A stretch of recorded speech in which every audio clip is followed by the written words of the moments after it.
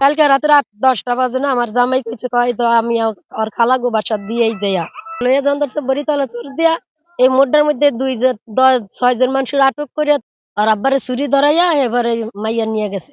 আমরা অভিযোগ মেম্বারের কাছে মেম্বারের ভূতের কাছে জানাইছি।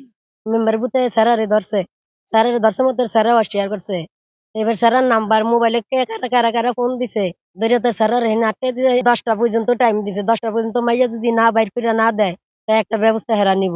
এর আগে পাঁচজনে এই মেয়েরে মুক্সি মেরে ইয়ে থেকে মেলে থেকে নিয়ে গেছে, নিয়ে রাকাম করে মনে সাইরে ছেড়ে দিছে।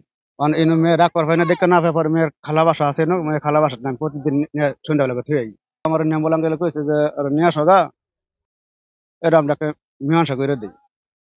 আর তুমি মীমাংসা করে দেওয়ার পরে তোমরা এই রুম এলাকা সাইডে দিয়ে তোমরা অন্য এলাকা যাও গা, এটা দেশে যাও গা। আমরা কইছি আমরা একটা দিকে আমরা চলে যাবো। কারণ কালকে আমি আবার 8টার দিক দিয়ে নিয়ে রওনা দিছি, আমি কইছি এর নিয়ে আজকে আবার থুয়ে গিয়ে তাহলে শুক্রবার দিন আমরা যখন রুম সাজাম গা পরে ওই দেশে লয়ে যাবো গা। লইয়া রওনা দিছি আপনার এই যে বিলফার এই মাথার মধ্যে 6 জন লোক, 6 জনের মধ্যে মনে 5 জন গাছের আওলা শ্যামার মধ্যে রাখা রয়েছে।